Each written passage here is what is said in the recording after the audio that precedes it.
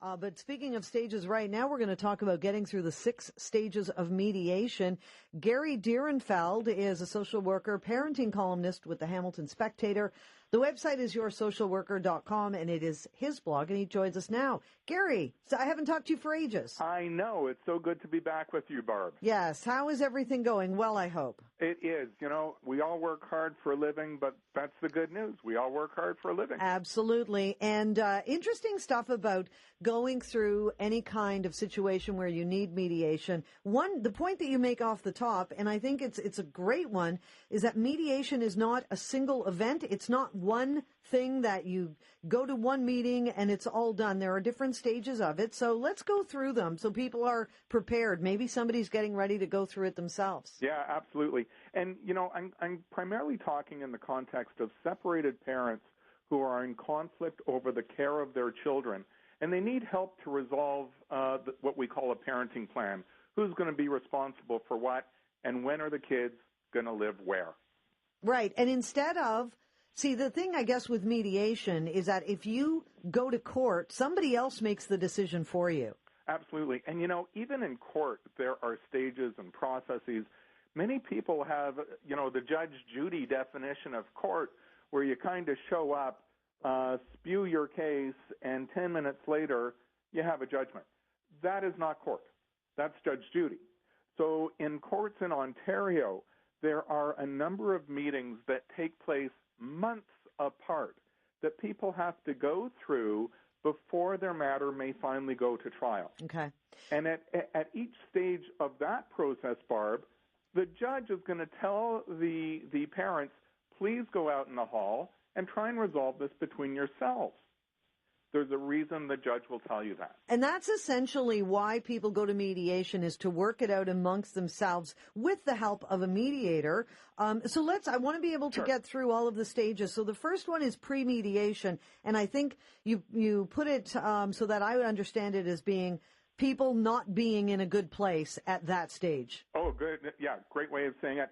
This is all the fighting and acrimony that precedes the mediation, actually. And you may have tried any number of solutions to resolve your conflict. So far, none of them have worked. That's the pre-mediation stage. Okay, so then there's an agreement to mediate. So you finally come upon this agreement. Yeah, we're going to go to this third party. This third party is going to help us find our way through this. And in this stage, many people get sidetracked because they are still positioning for power and to outdo the other person. And so conflicts typically ramp up on the way to the mediator. And because they ramp up, many people won't even get to the mediator's office because the conflict has erupted so high that they feel mediation is now useless. Wow. Yeah, so they have to realize resist getting inducted into a fight on the way to the negotiating table. Okay, and then you get to the beginning stage of mediation. That's right. And now we're in there, and again, what we often see is posturing in front of the mediator, hopefully to influence the view of the mediator. And people also enter into that first meeting thinking we're actually going to get answers and an agreement today. So a couple of things. You can posture as much as you want for the mediator. The mediator isn't there to take sides. Number two, this is first a get-to-know-you scenario. And so we want people to be mindful of their deportment, of their behavior. We want them to act civil. And a lot of times, that first session is all about managing behavior and the participants kind of testing the mediator. What can I get away with? Not get away with. We really tend not to get to the substantive issues in that first meeting. We're laying the groundwork to do the tough work. Do people sit in the same room, or does the mediator go back and forth? Best case scenario, and most typically, people will sit in the same room. There's some really interesting research about going back and forth between rooms. We call that caucusing. The degree to which the parties are separated in the mediation process, the less likely of an agreement. Ooh, interesting. Yeah, and many people don't realize that. And many people come to mediation saying, I don't want to sit in the same room. If you go to court, you're going to be in the same room. I know. And you know what? Get over it. Like, you got to go through this, right? Right. Now, some of the provisos around that, some people who come to mediation may have been subjected to domestic violence. Yeah, of course, there will be exceptions. That's right. And I don't mean to be glib when I say get over it, but sometimes I find when people go through these stages, all of a sudden they're like kids again. And you got to get back to the adult place. Yes. And so we want people to garner their supports, maybe see what we even call a mediation coach. That's someone who you talk to in advance of attending, who can help you to organize your thinking, coach you on behavior, and how to handle the whole process.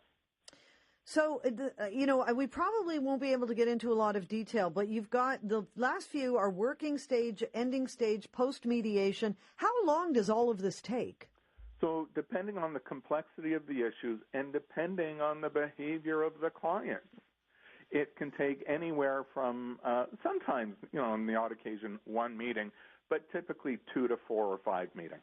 And do you, as a social worker, ever sit in with someone for something like this?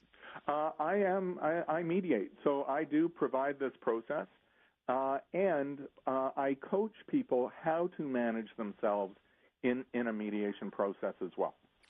How often do people get up and storm out? I got to tell you, oh my gosh, I've been a social worker for some 30 years.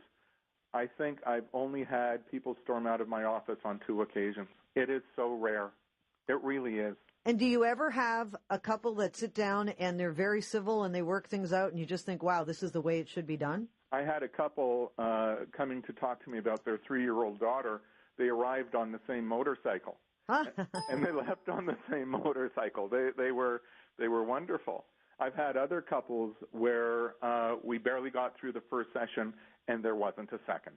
Just about out of time, but for couples listening, how important is it for the couple to be able to be civil with each other to get through this, especially if there are kids involved? It's very important. And we say you never have to like the other person.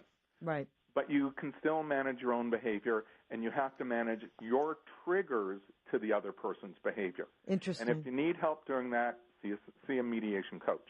Gary, thank you so much for this. Always great to talk to you. Fabulous to be with you, Barb. Gary Dierenfeld, social worker, parenting columnist for the Hamilton Spectator. The website is yoursocialworker.com. All right, have you ever wanted